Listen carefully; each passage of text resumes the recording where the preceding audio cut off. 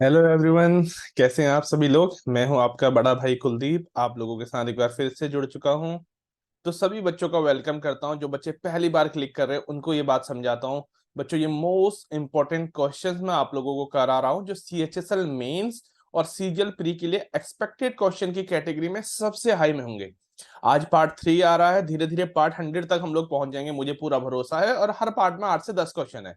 तो आप लोगों को करना क्या है, जो बच्चे अपना पढ़ाई कर चुके हैं इसको अपने रिवीजन का हिस्सा बना ले। मैं तो आप लोगों से यही कह रहा हूं कि परमानेंट एक 10 से 15 मिनट की वीडियो, 15 से 20 मिनट की वीडियो है, इसको अपने रिवीजन का हिस्सा करा बना ले, जिससे आप लोगों को दिक्कत होगी नहीं। तो जो चैनल पे नए हैं वो चैनल को सब्सक्राइब कर लें, लाइक कर लें, तो आपको लिंक मिल जाएंगे। जो व्हाट्सएप टेलीग्राम से जुड़े हुए हैं वो तो बेस्ट है ही वाली बात है, ठीक है ना। तो चलिए स्टार्ट करते हैं। मैं कुलदीप अपने आप लोगों को पढ़ा इसलिए रहा हूं कि मेरे पास एसएससी कैटेगरी को नजदीकी से जानने का लगभग 7 साल का एक्सपीरियंस है। मैंने खुद सीजीएल ट्वाइस क्वालिफाई किया है। मेरे सीजीएल में प्री में 3 अटेम्प्ट में 50 आउट ऑफ 50 का स्कोर था, इसलिए मैं आप लोगों को बता रहा हूँ। रीजनिंग में भी एज वेल एज 50 था, इंग्लिश में 45 हाईएस्ट किया है। तो उस वजह के अपने जो एक्सपीरियंस मैंने इकट्ठा किया है उसके बेसिस पे आप लोगों को पढ़ा रहा हूँ। साथ ही अनअकैडमी में पढ़ाने का 2.5 ईयर का एक्सपीरियंस तो है ही, जहां पर मैंने कंप्लीट किया है बहुत अच्छे से। तो चलिए स्टार्ट करते हैं। आज फिर सीजीएल 22 मेंस के जो क्वेश्चन हैं उनको लेके आया हूं, ताकि वहां से आपको समझ में आए कि पेपर कैसे आ रहा है। इस क्वेश्चन को पढ़िए। क्या कह रहा है, देयर आर 3 टैप्स जिनका डायमीटर क्या है, 2, 3 एंड 4 सेंटीमीटर है। तो रेशियो जो हो रहा है वाटर फ्लो का वो इक्वल है उनके डायमीटर के स्क्वायर्स के। The biggest step can fill the empty tank alone in 81 minutes. If all the tank open simultaneously, how long will tank take to fill? यानी आपसे बस पहली बार में आपको गो थ्रू करते हुए समझना है कि क्या कह रहा है। आपसे उसके डायमीटर्स जो आपको दे रखे हैं, आपसे डायमीटर्स कहा है 2, 3, 4। और पहली लाइन पढ़ते जो मुझे समझ में आया, क्वेश्चन बहुत बड़ा दिख रहा है देखने के लिए, सॉल्यूशन छोटा है। जो आपको रेट ऑफ फ्लोज का दिखा रहा है, जो फ्लो का रेट दिखा रहा है वो इनके स्क्वायर पे बताया है। यानी 2 का स्क्वायर 4, 3 का स्क्वायर 9 और 4 का स्क्वायर 16, ये आपको रेट ऑफ फ्लो बनाया है। ठीक है, यानी आप कह सकते हैं ये इफिशियंसीज है। रेट ऑफ फ्लो क्या है, पाइप की क्या है, इफिशियंसीज है। आपसे कहा है जो टैंक की कैपेसिटी है मेरे प्यारे बच्चों, टैंक की कैपेसिटी है, तो जो सबसे बड़ा वाला पाइप है, यानी 16 वाला जो पाइप है उसका रेट कितना है, 16 है। वो टाइम लगा रहा है आपका 81 कुछ। ये आपकी क्या आ जाएगी, टोटल और टोटल कैपेसिटी। तो आपसे ये पूछा है, ये तो अकेले जब भर रहा है तो वो क्या भर रहा है, 81 मिनट में भर रहा है। तो आपने कहा उसकी 16 उसकी कैपेसिटी है, तो 16 × 81 उसको टोटल क्या लगेगा, टोटल यानी उसकी क्या होगी, कैपेसिटी होगी। अब आपसे बोला तीनों साथ में खुल जाए, तो तीनों जब साथ में चलेंगे तो उनकी कैपेसिटी साथ में जो हो जाएगी वो कितनी हो जाएगी आप लोगों की, 29 हो जाएगी। तो आपको हो गया सर 29, इफिशियंसी इंटू टाइम होता है ना, 29 × T बराबर उसका टोटल कैपेसिटी होता है। और टोटल कैपेसिटी मेरा क्या है, 16 × 81 है। यहाँ पे मल्टीप्लाई करूंगा, 16 × 1 = 16 और 16 × 8 = 128 होता है, 1 जुड़ जाएगा तो आपका क्या हो जाएगा, 129/29। क्लियर है। यहाँ पर 29 से मैं डिवाइड करूंगा तो यहाँ पर 29 से डिवाइड होगा 4 टाइम्स 116।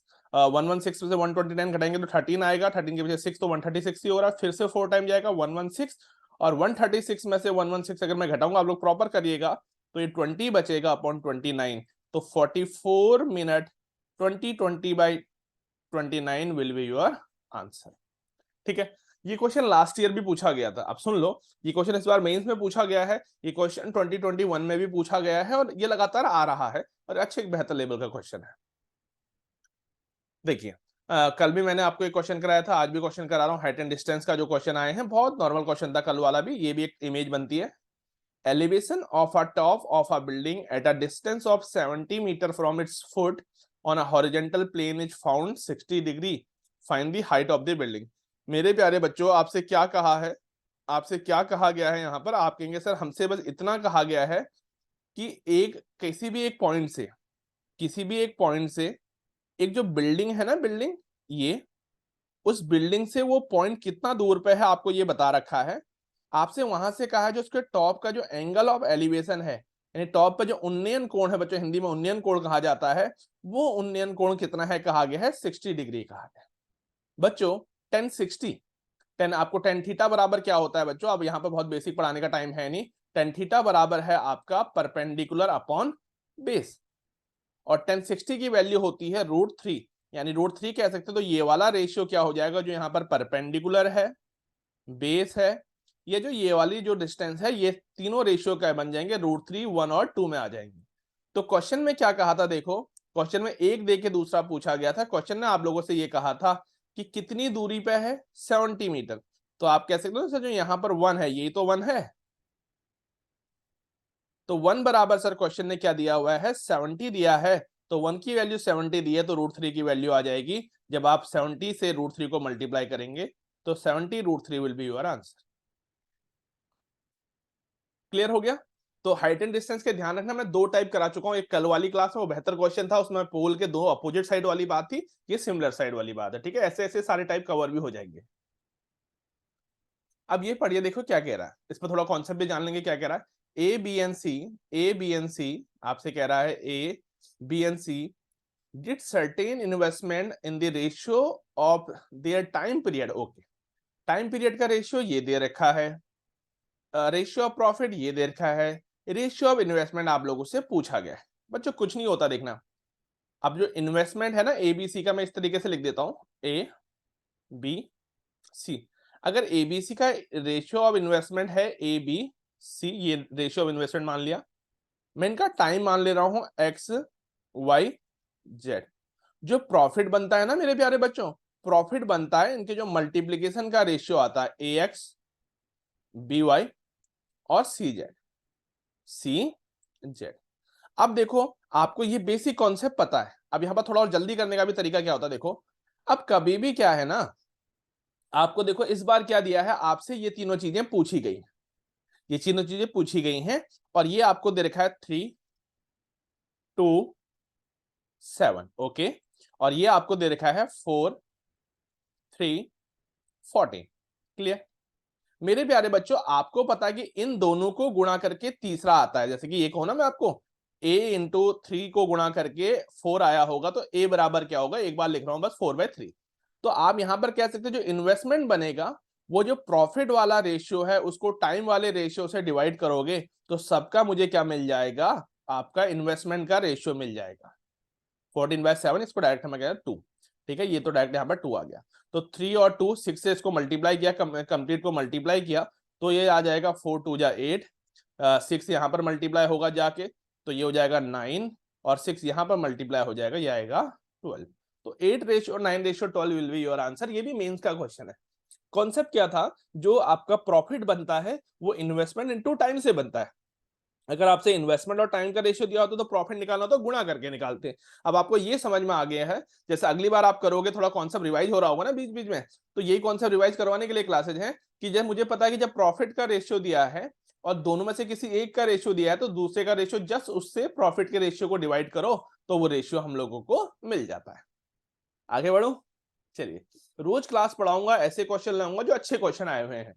ये क्वेश्चन देखिए यार, बहुत आसान क्वेश्चन, मतलब मेरे को अच्छा क्वेश्चन लगता है, मतलब मेरे को बहुत फेवरेट क्वेश्चनों में से रहा है मेरा। जब मैं आर्मी वाले बच्चों को पढ़ाता था तब मैं बहुत इसको वहां पर हाईलाइट करता था, उनके उसमें बहुत आता था। रेवा के पास कुछ आपके हैंड्स हैं, कुछ गोड्स हैं। उसने टोटल नंबर ऑफ एनिमल के हेड्स को काउंट किया ना तो 100 है। सर गिनने का मतलब है कि टोटल एनिमल कितने हो गए हैं उसके, टोटल एनिमल है उसके पास 100। ओके, और जब उनके पाँव को गिना है, उसने फीट्स को गिना है ना, फीट्स को गिना है तो फीट्स गिन के कितने आए हैं आपके पास, 348। तो आपसे वही कह रहा है कि उसके पास गोट्स यानी बकरियां कितनी है। देखो बच्चे कॉन्सेप्ट में इसको वर्बल करा दूंगा आपको, कभी पेन मत उठाना।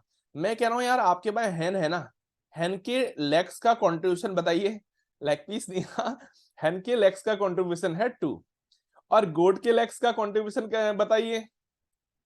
ठीक है, ये मटन वाले हैं। ठीक है, तो 2 + 2 यानी 4 तो है। तो यहाँ पर एक चीज देखो समझ में आई थी, बीच में मैंने क्वेश्चन कराया भी था, पीछे भी क्वेश्चन परसेंटेज में करा चुका हूं इस पैटर्न पे, कि क्या यानी 2-2 लैक्स का कंट्रीब्यूशन तो सबके द्वारा है, और 100 अगर सर है, 100 अगर सर है तो हर किसी के पास 2-2 पाँव तो है ही, लगभग 200 पाँव का हिसाब तो मेरा यहीं से लग गया। लगा कि नहीं लगा? अब क्वेश्चन तो वहां तुम पास करोगे। तो सर मेरा 348 में से 200 पाँव का हिसाब मैं लगा चुका हूं, तो 148 लैक्स का हिसाब और लगाना है। बेटा अब कहां से लगाएगा? सर बकरियों के पांव बचे हैं तो नंबर ऑफ गोट्स हैं जी, हर बकरी के 2-2 पांव की गणना और बाकी है, बराबर आपका 148 लैक्स का हिसाब बचा है। तो जी बराबर आपका सिंपली 148/2 आ जाएगा, 74 विल बी योर आंसर। और यही अगर आपसे हेन्स पूछा होता, मुर्गियां पूछी होती, तो 100 में से 74 घटा लेते, तो 26 विल बी योर आंसर। समझ में आया? अब देखो क्वेश्चन को देखते ही कैसे किया जाए। अच्छा, ओके ओके, कुत्ते मुर्गी वाले क्वेश्चन है, सॉरी कुत्ते मुर्गी ने, कुत्ते बकरी वाले क्वेश्चन में आते हैं। यहाँ बात है कुत्ता 5 बिस्किट खाता है, बिल्ली 7 बिस्किट खाते हैं, ऐसा क्वेश्चन भी एक आपने देखा होगा और देख पाएंगे आप। उसमें भी कम से कम 5 बिस्किट तो सब खाते हैं। इसको मैं ऐसे बोलता हूँ कि मुर्गियों और बकरियों के सरों की संख्या 100 है, दोनों मिलकर 339 बिस्किट खाते हैं, जबकि मुर्गियां खाती हैं 2 बिस्किट और बकरियां खाती हैं 4 बिस्किट। तो आपने कहा 2-2 बिस्किट तो सबने खाए, 100 इंटू 2, 200 बिस्किट तो हो गए हैं खत्म, 200 बिस्किट तो हो गए हैं, आपने कहा मेरे खत्म हो गए हैं कार्ड, ठीक है ना। उसके बाद बचे हुए बिस्किट कितने थे? 148। वो कौन खाएगा? वो बकरियों ने खाए होंगे, क्योंकि बकरियों ने 4-4 खाए थे। तो बची हुई बकरियां जो है सारी की सारी, उन्होंने 2-2 बिस्किट और खाए, यानी बकरियों का नंबर आपको पता चल गया। तो बिस्किट वाले टर्म्स में भी ये क्वेश्चन आता है, ठीक है। आगे बढ़ता हूं। ये क्वेश्चन देखो, बहुत पुअर क्वेश्चन कह रहा है, टू नंबर्स, ठीक है, two numbers are respectively 10% and 25% more than the third number. एक दो नंबर है बोला है, ठीक है, एक नंबर को 1 मानता हूं, एक नंबर को 2 मानता हूं। क्या बोला है? पहले नंबर, दो नंबर जो हैं तीसरे नंबर से 10% और 25% ज्यादा है।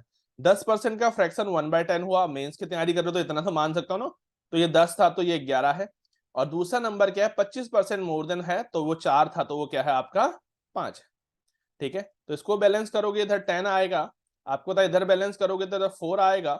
मल्टीप्लाई कर लो पहले, फिर काटना 44, सॉरी 40 और 50। फिर काटता हूं 22, 20, 25।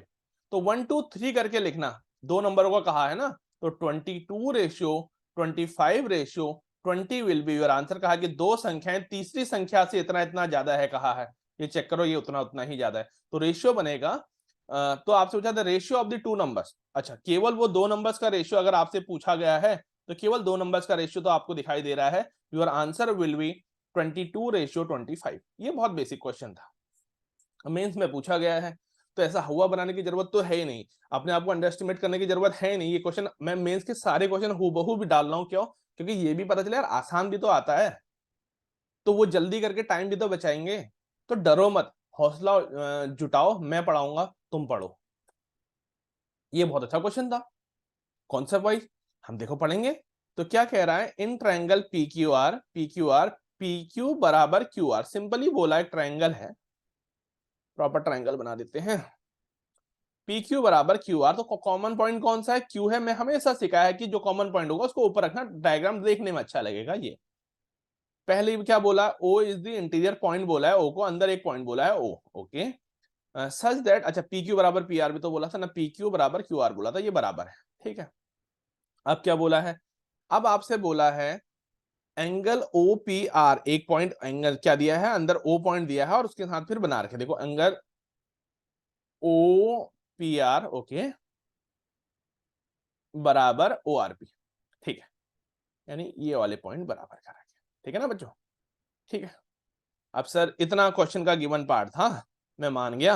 अब मेरा मन कर रहा है कि इसको भी जोड़ लेता हूं, क्योंकि ऊपर ट्रायंगल में नीचे देखो ना आर क्यू ऐसे सारे बोल रखे, तो ये भी जोड़ लिया। अब समझो बात। सबसे पहली बात, कॉन्सेप्ट क्या क्या कहता है पढ़ेंगे बाद में कि क्या निकालना है, ठीक है। क्या क्या माइंड में यहाँ पर मेरी बातें चलती हैं, चलनी चाहिए, उस चीज को मैं समझता हूँ। मुझे पता है आपसे यहाँ पर बोला गया है कि ये और ये बराबर है। किसी ट्रायंगल में जब दो एंगल बराबर होते हैं तो उनके सामने वाली साइड बराबर होती हैं। तो आप ये कह सकते हैं, एक कंक्लूजन यहां से ये आ गया मेरा, क्या? एक कंक्लूजन यहां से ये आ रहा है कि ओपी बराबर क्या है? ओ आर है, ठीक है, क्लियर। अब देखो दूसरा चीज, जब जब आपने ये भी पढ़ा होगा कि एक ट्रायंगल में दो साइडें बराबर है तो दो एंगल बराबर होते हैं, ठीक है। तो आपने कहा होगा, ठीक है, अगर ये एंगल की मैं बात कर लेता हूं, ये एंगल और ये एंगल सेम थे, दोनों में से एक्स एक्स घटा दो तो यहां वाले एंगल भी सेम आएंगे, ठीक है। ये अब क्वेश्चन में आते हैं, क्या कह रहा है? P O R is an isosceles triangle. P O R एक समद्विबाहु त्रिभुज है।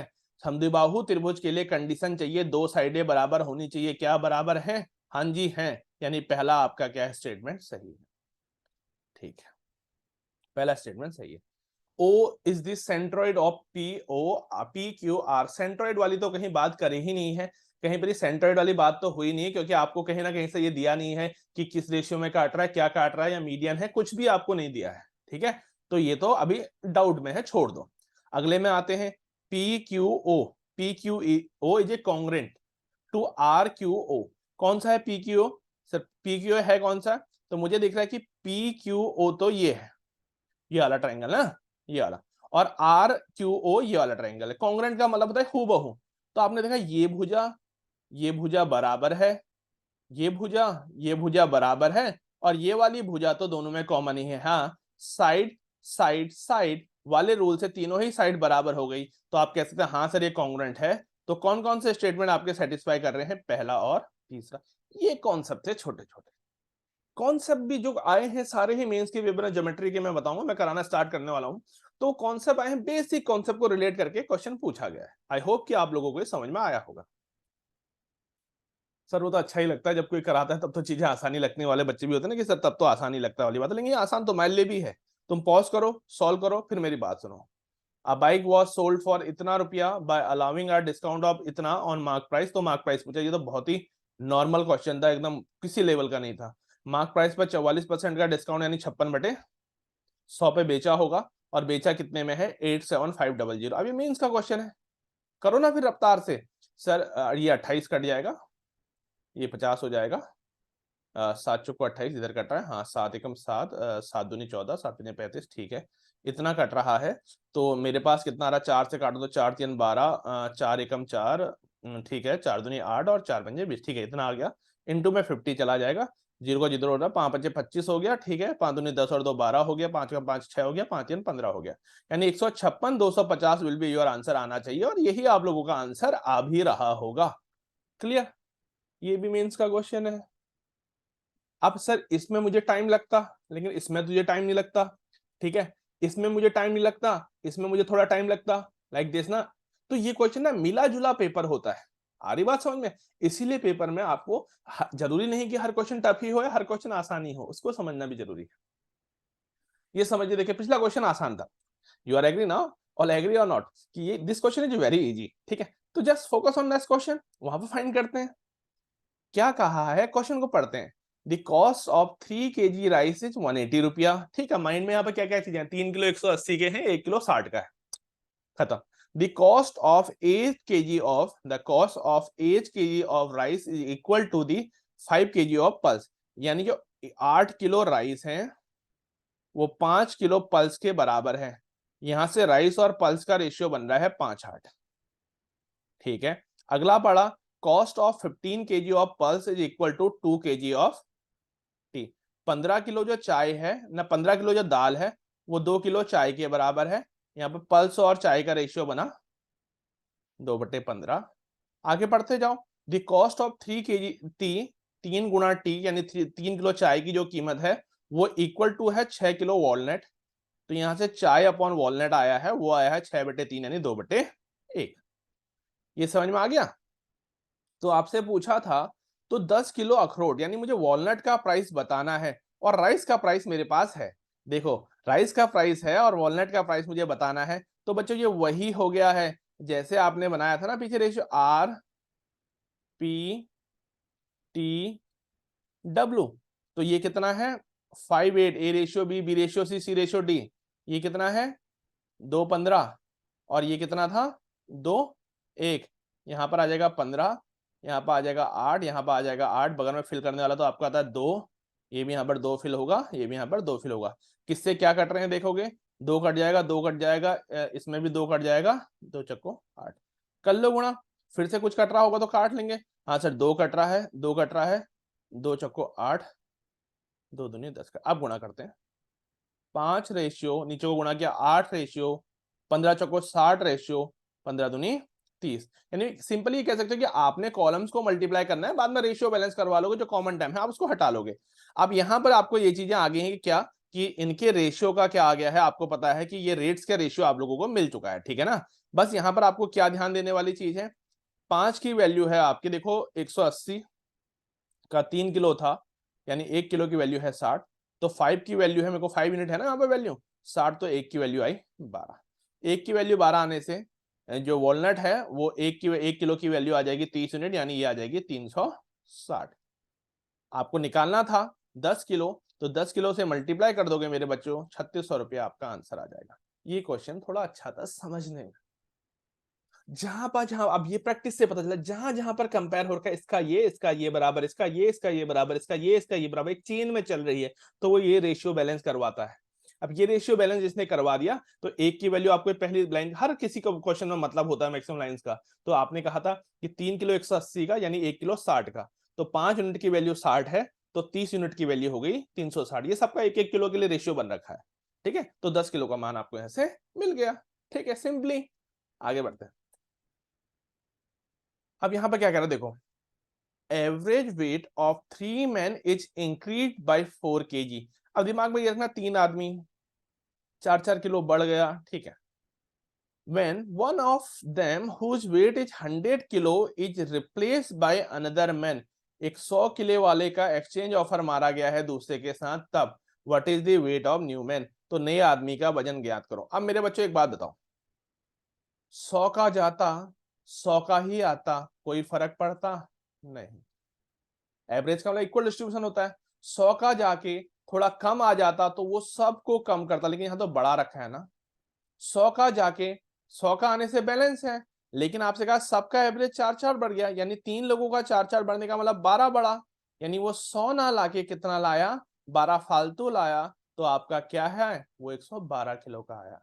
यानी ऐसा कह सकते हैं, फॉर्मूला सिंपली जो फॉर्मूला होता है, न्यू मैन बराबर ओल्ड मैन, अगर इंक्रीज है तो प्लस का साइन आता है, डिक्रीज होता था माइनस का, +4 सबको बढ़ा दिया है, और टोटल नंबर ऑफ पोजीशन है 3, तो आपका कितना आ जाएगा, 112। ठीक है, ये एवरेज का एक फॉर्मूला है, न्यू मैन बराबर old man plus minus, increase होगा तो प्लस, डिक्रीज होगा तो minus, into total number of person. ये एक फॉर्मूला बहुत सिंपल है। ठीक है, तो यहां तक समझ में आया। चलो आगे देखते हैं। तो बच्चों अब एक काम कर लीजिए, इस चैनल को सब्सक्राइब लाइक कर लीजिए जो यहां तक देख रहे हैं, और अपने एंड से थोड़ा ज्यादा से ज्यादा शेयर करवा दिए, थोड़ा मुझे भी यार एक हिम्मत सी मिल रही है, जब मेरे लाइक्स बढ़ रहे हैं, थोड़ा व्यूज बढ़ रहे हैं, तो मुझे भी हिम्मत सी आ रही है कि हाँ बच्चे मुझसे पढ़ रहे हैं, तो मुझे भी एहसास कराओ। और यार एक चीज तो किया करो, सारे लोग जो लास्ट तक आए हो ना, कमेंट जरूर किया करो। कमेंट से मुझे पता चल जाएगा यार कितने पढ़ा है, तो वो मुझे बताएंगे कि यार वो मेरा वेट कर रहे हैं। एक मुझे भी महसूस होता है ना कि कोई मेरा वेट कर रहा है, मैं इमेजिन करके पढ़ा रहा हूँ इतनी देर से। ठीक है, तो ठीक है, तो आप लोग इसको लाइक सब्सक्राइब कर लीजिए। लगातार क्लासेस की चेंज चलाएंगे, मैं मान के चलूंगा कि 100 क्लासेस कम से कम आएंगे, यानी 1000 क्वेश्चन से 800 क्वेश्चन के बीच आएंगे, जो आपके लिए सारे ही इंपॉर्टेंट होंगे और सफिशिएंट होंगे। तो चलिए फिर मिलते हैं अगली क्लास में, तब तक के लिए बाय बाय, टेक केयर, जय हिंद जय भारत।